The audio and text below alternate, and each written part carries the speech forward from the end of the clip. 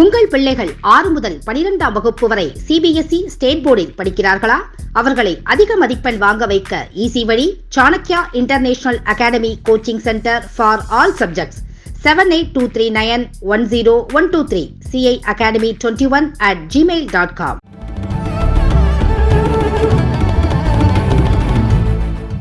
नमस्कार सभी मीडिया बंधुओं को मेरा तरफ से नमस्कार। और मैं अपना बात हिंदी में रखूँगा और हमारी पार्टी के लोग तमिल में आपको बताएंगे। मैं असम से आता हूँ और मैं 5 बार इलेक्शन खेला हूँ, 3 बार एमएलए, 2 बार एमपी। 2001 में मैं पहला बार मैं विधायक बना था असम से 2001 में। और मैं अभी petroleum and natural gas, labour and employment, ये 2 विभाग के मैं मंत्री हूँ, राज्य मंत्री। और इससे पहले मैं फूड प्रोसेसिंग मंत्री था भारत सरकार में। तो मैं 2 दिन का दौरे में तमिलनाडु आया हूँ और ये 2 दिन में हमने क्या किया उसके बारे में बताऊंगा। और हमारी petroleum and natural gas, labour and employment, ये 2 विभाग के द्वारा तमिलनाडु स्टेट में हम लोग क्या क्या कर रहे हैं इसके बारे में भी आप लोगों को जानकारी दूंगा। और उसके अलावा आप लोग कुछ पूछना चाहेंगे तो मैं कोशिश करूंगा उसका जवाब देने के लिए। அனைவருக்கும் வணக்கம். நான் அசாம் மாநிலத்தைச் சேர்ந்தவர். எனக்கு உங்க மொழி தெரியாதனால நான் ஹிந்தியில என்னுடைய கருத்துக்களை உங்க முன்னாடி வைக்கிறேன். 5 முறை தேர்தலில் நின்றிருக்கிறேன். 2001ஆம் ஆண்டு petroleum, gas, labour and employment இந்த துறையின் இணை அமைச்சராக மத்திய அரசிலே பொறுப்பில் இருக்கிறேன். இதற்கு முன்பு ஃபுட் ப்ராசஸிங் அமைச்சராக பணியாற்றிக் கொண்டிருந்தேன். 2 நாள் பயணமாக தமிழகம் வந்திருக்கிறேன். எங்க பெட்ரோலியம் கேஸ் மூலமாகவும் இந்த லேபர் எம்ப்ளாய்மெண்ட் மூலமாகவும் தமிழகத்திற்கு என்னென்ன எங்களால செய்ய முடியும், நாங்கள் என்னென்ன நடவடிக்கைகள் எடுத்துக்கொண்டு இருக்கிறோம், இதை பற்றி எல்லாம் உங்ககிட்ட நான் இப்ப பேசும்போது சொல்லுவேன். நீங்களும் உங்க கேள்விகள் எது இருந்தாலும் என்ன கேட்கலாம், அது தொடர்பான கேள்விகள் இருந்தா கேட்கலாம். बताएंगे बताएंगे पहले मैं बता लेता हूँ, कुछ छूट जाता है उसके बाद आप लोग बोलिएगा।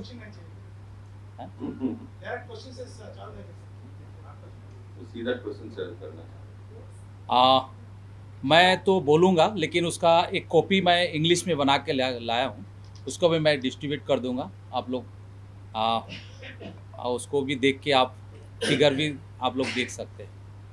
तो मैंने कहा कि मैं 2 दिन के लिए तमिलनाडु आया था और तमिलनाडु स्टेट गवर्नमेंट में मेरा दोनों मंत्रालय का क्या क्या काम हो रहा है मैं बताना चाहता हूँ। एक तो ESI 0.2 के अधीन हमारी यहाँ आधुनिक हम लोग हॉस्पिटल बनाने की व्यवस्था लिए हैं। हमारी तमिलनाडु में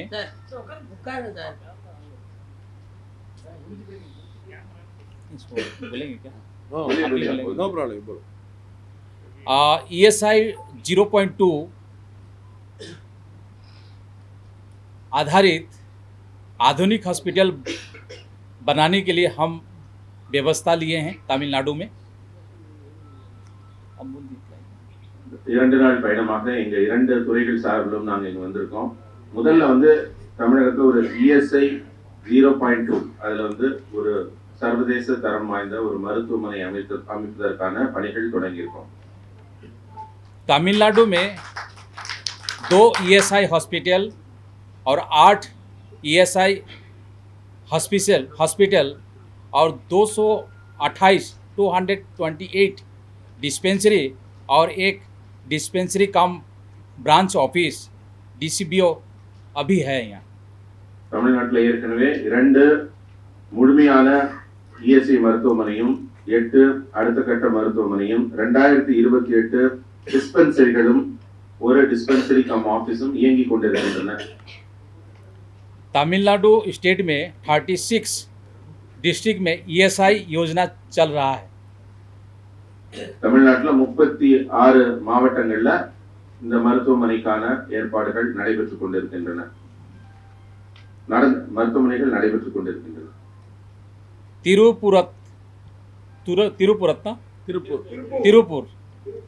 तिरुपुर में 100 बेड का एक हॉस्पिटल का काम चल रहा है। आज कुछ दिन पहले उसका शिलान्यास करने के लिए हमारी कैबिनेट मंत्री भूपेंद्र यादव और मैं आया था। तिरुपुर 100 करोड़ में नहीं 100 बेड 100 பெட். திருப்பூர்ல வந்து 100 படுக்கைகள் கொண்ட மருத்துவமனை 2 நாட்களுக்கு முன்பு அது திறக்கப்பட்டிருக்கு. மக்கள் பயன்பாட்டிற்காக இப்ப அது வந்து விட்டது. करीब 150 करोड़ का है। 150 கோடி ரூபாய் செலவில் அந்த மருத்துவமனை திருப்பூர் மக்கள் பயன்பாட்டிற்காக ESI மருத்துவமனை 100 படுக்கைகளுடன் அமைந்திருக்கிறது. कोविड-19 की राहत योजना के अंतर्गत तमिलनाडु में 11 करोड़ रुपया दिया गया है। கோவிட் காலகட்டத்தில் தமிழ்நாடு மக்களுக்கு இது மாதிரியான நேரத்துல உதவி செய்வதற்காக 11 करोड़ लेबर डिपार्टमेंट की तरफ से। अच्छा, லேபர் டிபார்ட்மெண்ட் மூலமாக இந்த மாதிரி தொழிலாளர்களுக்கு உதவி செய்வதற்காக 11 கோடி ரூபாய் எங்க டிபார்ட்மெண்ட் மூலமாக கொடுக்கப்பட்டிருக்கு. क्योंकि और सब डिपार्टमेंट में और पैसा है, ले अपना लेबर डिपार्टमेंट। லேபர் டிபார்ட்மெண்ட் पेरामदूर तुकीकरीन தூத்துக்குடி பெரம்பலூர் தூத்துக்குடி दिगुल ना திண்டுக்கல் और नागरकोइल நாகர்கோவில் और रानीपेट ராணிப்பேட் ESI हॉस्पिटल का बनाने के लिए हम व्यवस्था लिए हैं। இப்ப यहाँ हॉस्पिटल बनेगा। இந்த 5 இடங்களிலும் புதிய ESI மருத்துவமனை கட்டுவதற்கான ஏற்பாடுகள் செய்யப்பட்டுள்ளன. लेबर मिनिस्ट्री की तरफ से। பெரம்பலூர், தூத்துக்குடி, திண்டுக்கல், நாகர்கோவில், ராணிப்பேட்டை இந்த இடங்கள்ல வந்து புதிய ESI மருத்துவமனை கட்டுவதற்கான பூர்வாங்க பணிகள் தொடங்கும். இது அத்தனையுமே வந்து தொழிலாளர் நலத்துறை மூலமாக லேபர் டிபார்ட்மெண்ட் மூலமாக செய்யப்படுகிறது. बीडी वर्कर के लिए 22 डिस्पेंसरी और एक केंद्रीय हॉस्पिटल तमिलनाडु में है। பீடி தொழிலாளர்களுக்கு உதவி செய்வதற்காக தமிழ்நாட்டில் 22 டிஸ்பென்சரிகளும் ஒரு மருத்துவமனையும் இயங்குகிறது.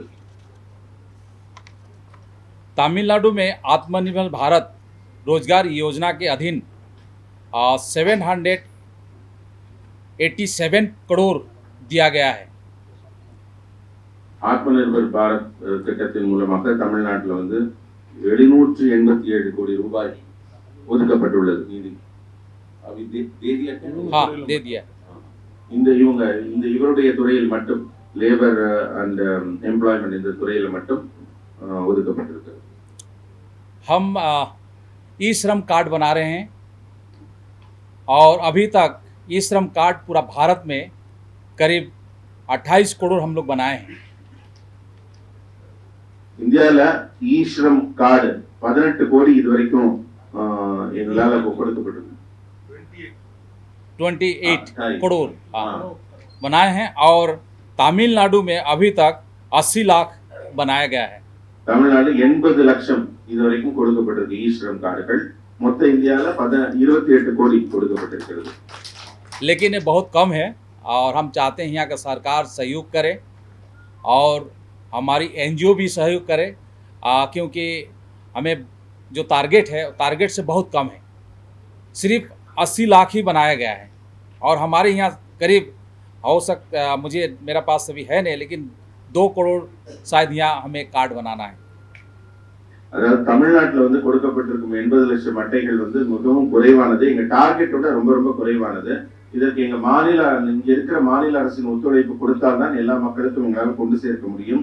எங்க டார்கெட் என்னிடம் உண்மையான தகவல் இல்லை, புள்ளி விவரம் கிட்டத்தட்ட 2 கோடி கார்டுகள் இதுவரைக்கும் கொடுக்கப்பட்டிருக்க வேண்டும். ஆனால் அது வந்து இங்க இருக்கிற NGO-க்களும் இங்க இருக்கிற மாநில அரசும் ஒத்துழைப்பு கொடுத்தால்தான் எங்களால் விரைவாக அந்த இ ஸ்ரம் கார்ட்ஸ் எல்லா மக்களுக்கும் கொடுக்க முடியும். एक खबर देना चाहता हूँ, हमारा मीडिया के बहुत साथियों हैं, प्रिंट मीडिया हो, इलेक्ट्रॉनिक मीडिया, आप लोग भी ये कार्ड बना सकते हैं, ई श्रम कार्ड, क्योंकि आपका परमानेंट फंड पैसा जमा नहीं होता है जो लोगों का। आप लोग मीडिया से जुड़े हुए हैं ये कार्ड आप भी बना सकते हैं, ई श्रम कार्ड।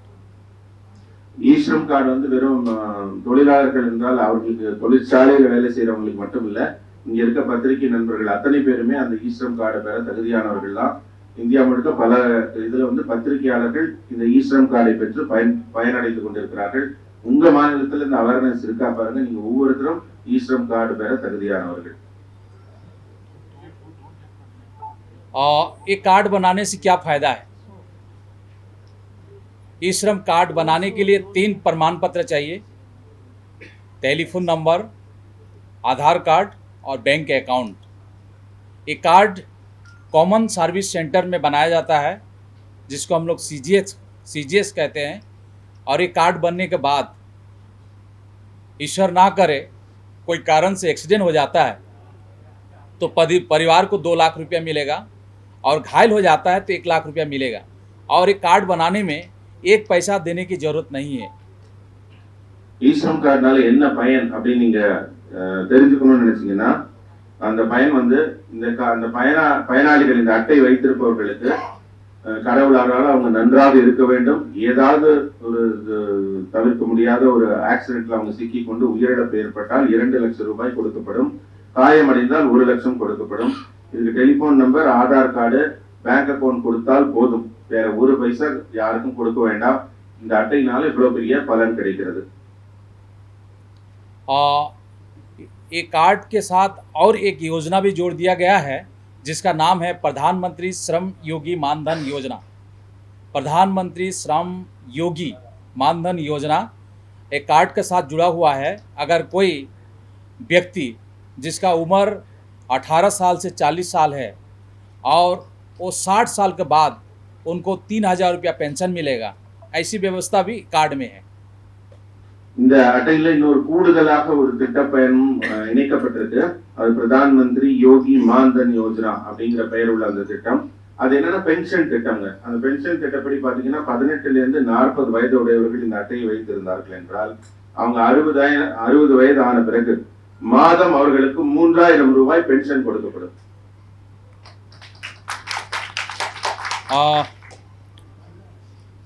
हम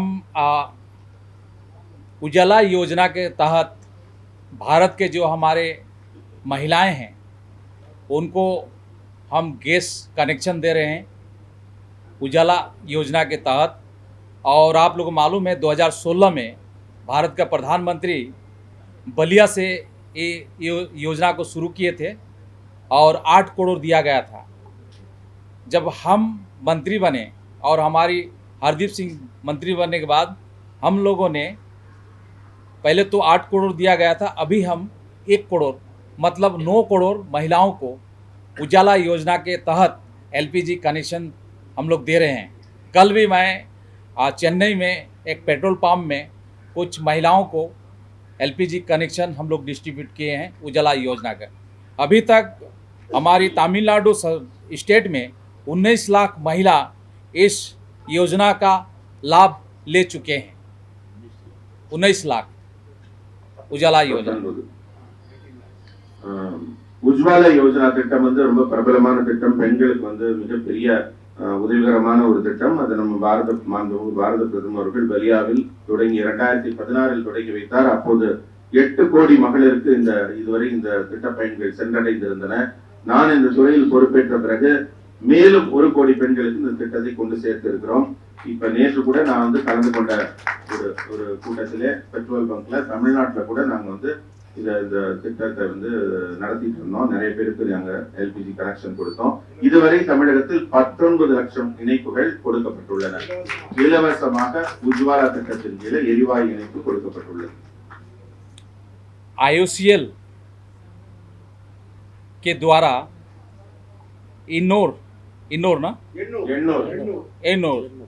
इन्नोर से टूटीकरीन एक गैस पाइपलाइन का काम चल रहा है और इसके लिए करीब 6000 करोड़ खर्चा किया जा रहा है। சென்னை எண்ணூரிலிருந்து தூத்துக்குடி துறைமுகம் வரை IOCL கேஸ் கொண்டு செல்லும் ஒரு பைப் லைன் அமைக்கப்படுகிறது. இது 6000 கோடி ரூபாய் செலவில் இந்த வண்டிகள் மூலமாக செலுத்தப்படக்கூடிய பெட்ரோலியம் கொண்டு செல்வதற்கான கேஸ் பைப்லைன் எண்ணூரிலிருந்து தூத்துக்குடி வரை அந்த பைப்லைன் அமைக்கப்படுகிறது. அதுக்கான திட்டப்பணிகள் 6000 கோடி ரூபாயில் நடைபெறுகிறது. कामराज पोर्ट IOCL करीब 921 करोड़ खर्चा करके LPG जेटी एक निर्माण किया जाएगा, उसका काम चल रहा है. காமராஜர் துறைமுகத்தில் IOCL ஆதரவுடன் 921 கோடி ரூபாய் 921 crores அந்த செலவில் ஒரு ஜெட்டி துறைமுகத்துல ஒரு ஜெட்டி அமைக்கும் பணிகள் நடைபெற்று வருகிறது. கூண்டில் வளைவு கேஸ் ஏற்றுமதி இறக்குமதி செய்வதற்கான ஒரு இது அமைக்கப்படுகிறது, தளம் அமைக்கப்படுகிறது. இது எங்க துறைகள் சார்பாக இதுவரை நாங்கள் செய்திருக்கும் பணிகளை பட்டியலிட்டு இனி யாரும் கேள்வி கேட்கிறவங்க என்ன கேள்வி கேட்கிறோம்.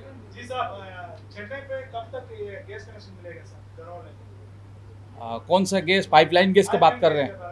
देखिए, पाइपलाइन गैस का काम शुरू हो गया है और गेल ये काम कर रहे हैं, क्योंकि पहले की जो सरकार थी उससे हमें परमिशन नहीं मिल रहा था.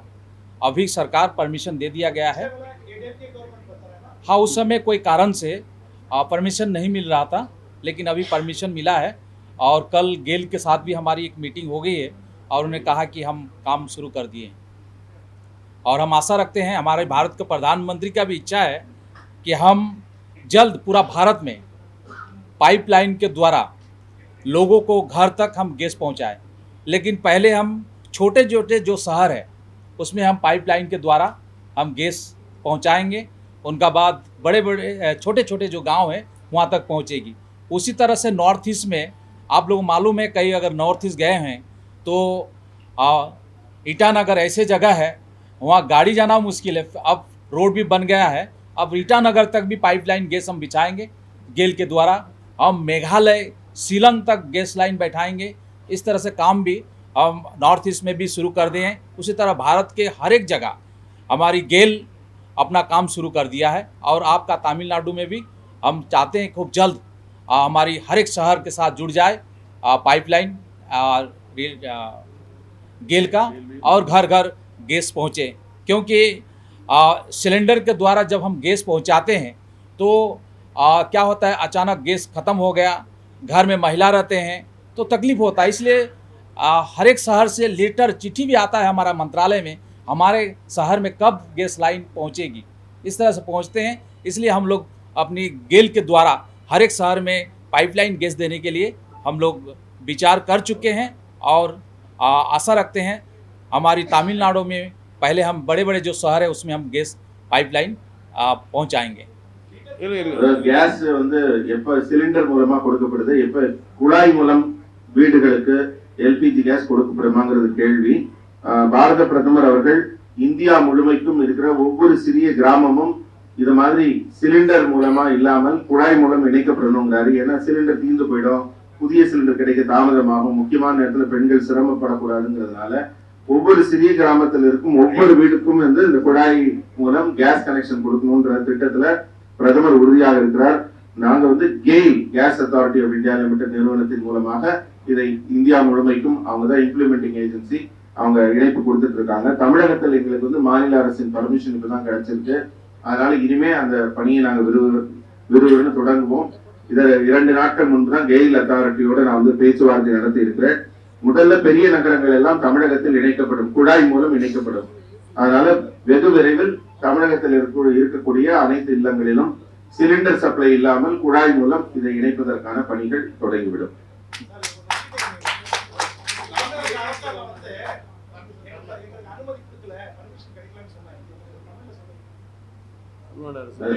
முன்னாடி இருந்த மாநில அரசுல எங்களுக்கு அனுமதி கிடைக்கல, இந்த அரசாங்கத்துல எங்களுக்கு கிடைச்சது. சில காரணங்களுக்காக அவங்கள்ட்ட இருந்தப்ப எங்களுக்கு அனுமதி கிடைக்கல, இப்ப கிடைச்சிருக்கு. வடகிழக்கு மாநிலங்கள்ல இட்டாநகர்ங்கிற ஒரு பகுதியில வண்டி வாகனங்கள் கூட செல்ல முடியாத இடத்துல கூட இந்த கேஸ் மூலமா குழாய் மூலமா நாங்க கனெக்ஷன் கொடுத்திருக்கோம். இப்ப மேகாலயா, ஷில்லாங் அப்படின்னு வடகிழக்கு மாநிலங்கள் முழுமையும் இணைக்கப்பட்டு விட்டது. ஸோ தமிழகத்தில் இந்த பணி இனிமேல் விரைவாக நடைபெறும்.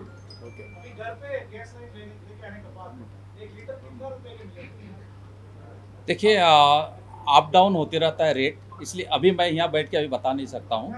ऐसे तो देखिए जो नियम है एक कनेक्शन लेने के लिए सिक्योरिटी मनी 5,000 रुपया देना पड़ता है, लेकिन मैं कुछ जगह मैं उसमें बदलाव हम लोग लाया है। जैसे मैं अभी त्रिपुरा गया था, त्रिपुरा में हमारी मंत्रालय से कहा गया है गरीब का घर में भी पाइपलाइन गैस पहुँचे तो 5,000 या 10,000 सिक्योरिटी होता है, उसे देना तो बहुत मुश्किल हो जाता है। इसलिए त्रिपुरा गवर्नमेंट को कहा गया है कि सिक्योरिटी मनी फ्री 500 लेके आप त्रिपुरा में घर में गैस पहुंचाना होगा। ऐसे हम लोग एक ऑर्डर हम लोग त्रिपुरा गवर्नमेंट को दिए हैं, और हम भी चाहते हैं कि पूरा भारत में हमारे गरीब के घर में भी पाइपलाइन गैस के द्वारा खाना बने। சொல்லிடலாம் நீங்க கேள்வி கண்டினியூ பண்ணா எல்லாருக்கும் புரியாது. ஆமா, அந்த விலை என்ன, விலை குறையுமா குழை மூலம் கொடுத்தான்னு கேட்டாங்க. அந்த விலை விவரங்கள்லாம் பின்னர் தெரிவிக்கப்படும். கண்டிப்பா அதனோட விலை குறைவாக இருக்கும். ஆனா அதுல வந்து ஏர்னஸ் மணி வந்து முன்னாடி வந்து செக்யூரிட்டி டெபாசிட் 5,000 ரூபாய் கட்டணும். ஆனா திரிபுரால வந்து ஏழை மக்கள் நிறைய இருக்கிறதுனாலயும் அந்த கிழக்கு பகுதியில வந்து நாங்க அங்க வந்து மாநில அரசோட கலந்து பேசி 5,000 ரூபாய் செக்யூரிட்டி டெபாசிட் 500 ரூபாய் குறைச்சிருக்கோம். ஏழைகளும் இதை பயன்படுத்த வேண்டும் அப்படிங்கிறதுல மத்திய அரசு மிகுந்த குறிப்பா இருக்கு. அதனால சூழலுக்கு தகுந்த மாதிரி அதோட விலையோ செக்யூரிட்டி डिपॉजिटो மாற்றி அமைக்கப்படும். और मीडिया बंधुओं को और एक बात बोलना चाहता हूं कि हम अभी पूरा भारत में सीएनजी के ऊपर ही ज़्यादा जोर दिए। हम भी चाहते हैं तमिलनाडु में हर एक पेट्रोल पंप में सीएनजी का एक पंप बैठे, लोग सीएनजी से गाड़ी चलाए, पोल्यूशन कम हो, इस तरह से काम हम लोग कर रहे हैं। அதாவது இப்ப நம்ம வந்து பெட்ரோல், டீசல் இதை விட சிஎன்ஜி, அதாவது இந்த எல்பிஜி கேஸ் மூலமா ஓடக்கூடிய இந்த வாகனங்கள் இருக்குல்ல, கேஸ் மூலமா, அதுதான் நாங்க மிகுந்த முக்கியத்துவம் கொடுத்துட்டே இருக்கோம். அதிகமான பங்க்ல வந்து இப்போ வந்து கேஸ் சப்ளை இருக்கு, எல்லா இடத்துலயும் எளிமையா கிடைக்கிறதுக்கான ஒரு ஏற்பாடுகளும் செய்யப்பட்டு கொண்டு இருக்கிறது. தமிழகத்திலும் இந்த சிஎன்ஜி மூலமா நேச்சுரல் கேஸ் மூலமா ஓடக்கூடிய வாகனங்களுக்கான முக்கியத்துவம் இப்ப கொடுக்கப்பட்டு கொண்டிருக்கிறது. कल भी मैं एक पेट्रोल पंप में एक सीएनजी डिपो का उद्घाटन किया। मैं एग्जैक्टली भूल गया हूँ, और डिपो का नाम क्या है, Amu gas petrol pump, Bharat petroleum का, हिंदुस्तान पेट्रोलियम।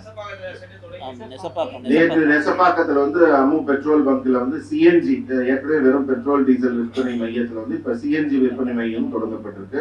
அதை தொடங்கி வைத்து வந்திருக்கிறேன். இது போல எல்லா பெட்ரோல் பங்க்லயுமே நேச்சுரல் கேஸ் கிடைக்கிறதுக்கான ஒரு ஏற்பாடுகள் செய்தால் பொல்யூஷன் குறையும். அதனால மத்திய அரசு இதுல ஒரு முனைப்பாக இருக்கிறது.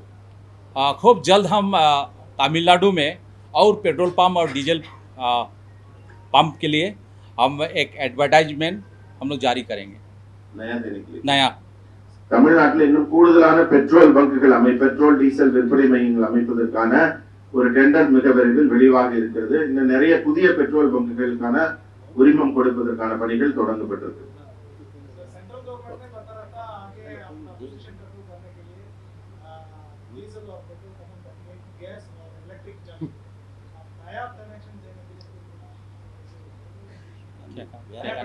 अभी ये पूछ रहे हैं नया पेट्रोल पंप के लिए अभी हम लोग बोले थे ये बोलता है पुलिस पूरा इलेक्ट्रिक की तरफ जा रहे हैं, क्यों बंक? देखिए, एक तो हम लोग इथानॉल के ऊपर हम लोग काम कर रहे हैं। अब आप लोगों को मालूम है हम लोग 2025 तक 20% इथानॉल ब्लेंडिंग करके हम गाड़ी चलाएंगे। 20% इथानॉल हम ब्लेंडिंग करेंगे। अभी हमारा E10 गाड़ी चल रहा है। E10 मतलब इथानॉल 10% हम ब्लेंडिंग करके आप लोग यहाँ जो भी गाड़ी चला रहे हैं उसमें E10 हम तेल भर रहे हैं। इथानॉल 10% ब्लेंडिंग, और आने वाला दिन में 2025 तक हम E20 इथानॉल ब्लेंडिंग 20% हम करेंगे। और इससे क्या फ़ायदा होगा, हमारी किसान की आय दुगुनी होगी। इथानॉल कैसे बनेगा? राइस से बनेगा, शुगर केन से बनेगा, मक्का से बनेगा। हम असम में बम्बू से बना रहे हैं।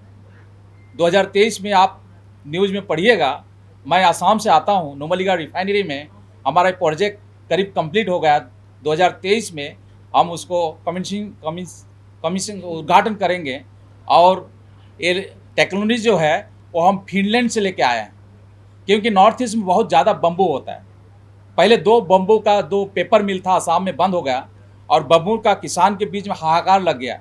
अब बम्बू क्या होगा, क्योंकि बम्बू हम लोग नॉर्थ ईस्ट में बम्बू खाते भी हैं, लेकिन आजकल लोग घर भी नहीं बनाते हैं बम्बू से। इसलिए भारत के प्रधानमंत्री ने कहा इसका ऊपर कुछ करना होगा बम्बू के ऊपर। तो बताया गया कि फिनलैंड में बम्बू से तेल निकाल के, इथानॉल निकाल के गाड़ी चल रही है। और उसी तरह से हम लोग 19 प्रजाति के बम्बू को टेस्ट कराया गया फिनलैंड में, और टेक्नोलॉजी हम इंडिया में लेकर आए। वो पहला असम में हमारी प्रोजेक्ट का काम चल रहा है और कुछ दिन बाद कंप्लीट होगा और बम्बू से हम इथानॉल निकालेंगे। जैसे हमारी पानीपत रिफाइनरी में पलारी से धान की जो खेड़ होती है उससे हम अभी इथानॉल निकाल रहे हैं। तो इसी तरह से हम लोग आगे जा रहे हैं। ये बम्बू से हो, इथानॉल से हो, राइस से हो या शुगर केन से हो, इससे चलाने से क्या होगा, पॉल्यूशन थोड़ा कम होगा, ऐसे भी हमारी रिसर्च में निकला है। इसलिए हम प्रधानमंत्री भी बहुत जोर दे रहे हैं कि हम 83% तेल हम बाहर से खरीदते हैं और हमारी एक बड़ा रकम पैसा बाहर चला जाता है। तो इसको रोकना है और साथ ही साथ हमारी किसान की आय दुगनी होगी। इसीलिए हम लोग इस तरह से हम लोग काम कर रहे हैं। அதாவது இந்த பெட்ரோல் அவங்க கேள்வி என்னன்னா, புதிய பெட்ரோல் பங்க் எதுக்காக தரீங்க, பொல்யூஷன் அதிகமாக இருக்கிறது, இப்ப எலக்ட்ரிக்காகவும் நேச்சுரல் கேஸாகவும் வண்டி வாகனங்கள் மாறுதுன்னாங்க. அதுக்கு ஒவ்வொரு கட்டமா அது மாறிக்கிட்டே இருக்கு. இப்ப வந்து E10 நம்ம பயன்படுத்துறது பெட்ரோல், எத்தனால் வந்து 10% பெட்ரோலோட கலக்கப்படுது. வெகு விரைவில் எத்தனால் 20% கலக்கப்படும். இது எதற்காக பண்றோம்னா, இந்த எத்தனால் வந்து விவசாய பொருள்லேருந்து தயாரிக்கணும். அரிசியிலேருந்தும், கரும்புலேருந்தும், மக்காச்சோளத்திலிருந்தும், மூங்கிலிருந்தும் தயாரிக்கப்படுது. இதற்கான டெக்னாலஜி பின்லாந்து அரசாங்கத்திலிருந்து எடுத்து வந்திருக்கோம். நான் அசாம்லேருந்து வந்திருக்கேன். அதனால அசாம்ல வந்து நாங்க மூங்கிலை வந்து எல்லா வகையிலும் பயன்படுத்துவோம், சாப்பிட கூட பயன்படுத்துவோம். மூங்கிலை நாங்க வந்து உணவாகவும் பயன்படுத்துறோம். அதனால இப்ப வந்து வீடுகள்லாம் கட்டுறதுக்கான மூங்கில் பயன்பாடு குறைஞ்சு போனதுனால மூங்கில் நிறைய கிடைக்குது, ஆனா அதை பயன்படுத்த முடியல. அதுல இருந்து எத்தனால் எடுக்கிறதுக்கான புதிய திட்டங்கள்லாம் உருவாக்கப்பட்டிருக்கு. அதனால இப்ப பாணிப்பட்ட இடத்துல வந்து ஒரு புல் வகையில இருந்தும் எத்தனால் பிரிக்கிறோம். அதனால இந்த எத்தனால் பயன்பாட்டின் மூலமாக பொல்யூஷன் குறைய வேண்டும். 83% நம்மளுடைய நிதி ஆதாரங்கள் வந்து பெட்ரோல் வாங்குறதுக்காகவே வெளி நாடுகளுக்கு கொடுக்கப்படுது. அதனால அதை குறைப்பதற்கான கவனமா இருக்கும். அதனால நம்ம செலவுல 83% வெளிநாட்டு இம்போர்ட் தான் பண்றோம். அதனால இண்டிஜினியஸா இருக்கணும், உள்நாட்டு தயாரிப்பா இருக்குங்கிறதுனால எத்தனால் இனிமே அதிக சதவீதம் அதிகரிக்கப்படும். அதன் மூலம் பொல்யூஷனும் குறைக்கப்படும். வேற யாராவது இல்ல அடுத்து மீட்டிங், டிஸ்ட்ரிக்ட் மீட்டிங் உட்காருங்க.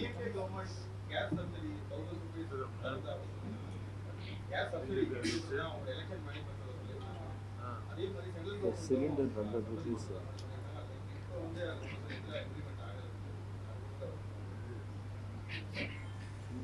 நீங்க டிஎம்கே கவர்மெண்ட் தரதா சொன்னீங்களா? சிலிண்டர் 1000 rupees சொன்னாங்க,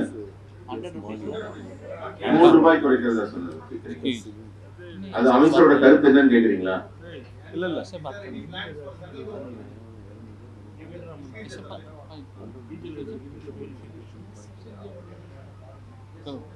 मैनिफेस्टो तसे இல்ல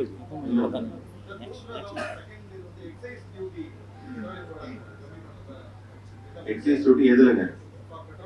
பெட்ரோலியம் ப்ராடக்ட்ஸ் மத்திய அரசு குறைக்குமான்னு கேக்குறீங்க. ஏற்கனவே 2 முறை குறைச்சதுக்காங்க, இன்னும் குறைக்குமான்னு கேக்குறீங்க. ये दो सवाल पूछ रहे हैं। एक तो एक सिलेंडर के लिए जो देते हैं ना 100 rupees जो सब्सिडी देते हैं, वो अभी लोकल डीएमके गवर्नमेंट ने बोला है यहाँ पे दिया नहीं है। तो सेंट्रल गवर्नमेंट ने स्कीम में कुछ किया था ना, उसके बारे में पूछ रहे हैं यहाँ पे लोकल में। तो लोकल गवर्नमेंट का पूछ रहे हैं क्यों नहीं दिया, उसका आपका राय पूछ रहे हैं। नंबर 1। नंबर 2 पूछ रहे हैं एक्साइज ड्यूटी का जो कम किया है, सेंट्रल एमपी इलेक्शन या एमएलए इलेक्शन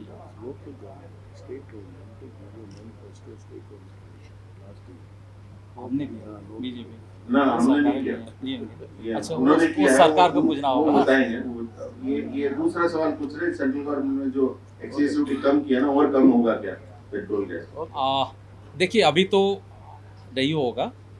अभी हाल में तेल और गैस का दाम प्राइस बढ़ रहा है इंटरनेशनल मार्केट में, इसलिए अभी बोलना मुश्किल है और आने वाले दिन में क्या होगा वो पता नहीं।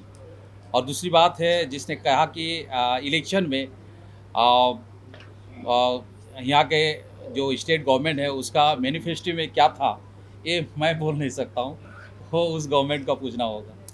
ठीक है, thank you thank you thank you. नहीं अभी लेवल வழங்கப்பட ஆரம்பிச்சிருச்சு. प्रधानमंत्री जो गैस सिलेंडर दे रहे थे ना, उसका जो सब्सिडी पहले दे रहे थे, अभी वो रुक गया था। ठीक है, अभी रुक गया है, इसीलिए आगे जाके हम लोग करेंगे कि नहीं अभी तक डिस्कस नहीं हुआ है। लेकिन ये कोविड के समय आप लोगों को मालूम है कुछ हम लोग फ्री में गैस सिलेंडर डिस्ट्रीब्यूट किए थे, आप लोगों को मालूम है। और उसी के साथ हम अभी कुछ जैसे फ्री में हम चावल दे रहे हैं, कोविड का इंजेक्शन है, ऐसे कुछ प्रोग्राम चल रहा है जिसके कारण से अभी सिर्फ 2 ही जगह हमारा सब्सिडी चल रहा है, एक जम्मू कश्मीर और लद्दाख में। அதாவது இந்த மானியம் வந்து இப்ப கோவிட் நேரத்துல இலவச அரிசி பருப்பு மற்ற இதெல்லாம் கொடுக்கப்பட்டதுனால இலவச கேஸ் சிலிண்டராகவே கொடுத்ததுனால மானியம் நிறுத்தப்பட்டது. இப்ப எந்த இடத்திலும் கேஸ்க்கான மானியம் கொடுக்கப்படவில்லை. வேற இனிமே அது என்ன முடிவு எடுப்போம் தெரியும். இப்போதைக்கு இந்தியாவில் வந்து ஜம்மு காஷ்மீர் லடாக் இந்த 2 யூனியன் டெரிட்டரியில மட்டும்தான் மானியங்கள் கொடுக்கப்படுது. இல்ல அப்புறம் பேசலாம். மிக்க நன்றி. பத்திரிகையாளருக்கு மிக்க நன்றி. அடுத்து தென்சென்னை மாவட்ட நிர்வாகிகள் கூட்டம் தான் எல்லாரும் உட்கார்ந்துருக்காங்க. மிக்க நன்றி. இதோடு இந்த பத்திரிகையாளர் சந்திப்பேன்.